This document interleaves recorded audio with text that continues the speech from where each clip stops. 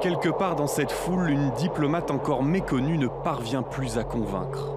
Non, Laurence Tubiana, vous et la délégation française ne pourrez pas éviter l'échec de cette conférence climat de décembre 2009 à Copenhague. Votre plaidoyer, publié quelques jours avant dans la presse, reste donc lettre morte. Donc après cet échec de Copenhague, ça a été vraiment, je peux vous dire, la déprime. Déprimé, certes, mais pas démobilisé. Né en Algérie, vous êtes docteur en économie, conseillère en développement et en agriculture pour le gouvernement français. L'environnement s'impose naturellement à vous au début des années 2000 et c'est en basket que vous affrontez l'urgence climatique depuis 20 ans. Les inquiétudes, oui, bien sûr, parce que tout dépend, parce qu'on joue contre la montre.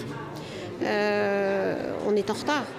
Ancienne militante d'extrême gauche, vous devenez l'une des ouvrières du succès de l'accord de Paris en décembre 2015. Il y a une grande confiance dans la présidence française, on le sent. Mais il y a aussi du plomb dans l'air. Quelques mois plus tard, Donald Trump retire l'Amérique de l'accord de Paris. Et à vous entendre, il s'agirait presque d'une bonne nouvelle.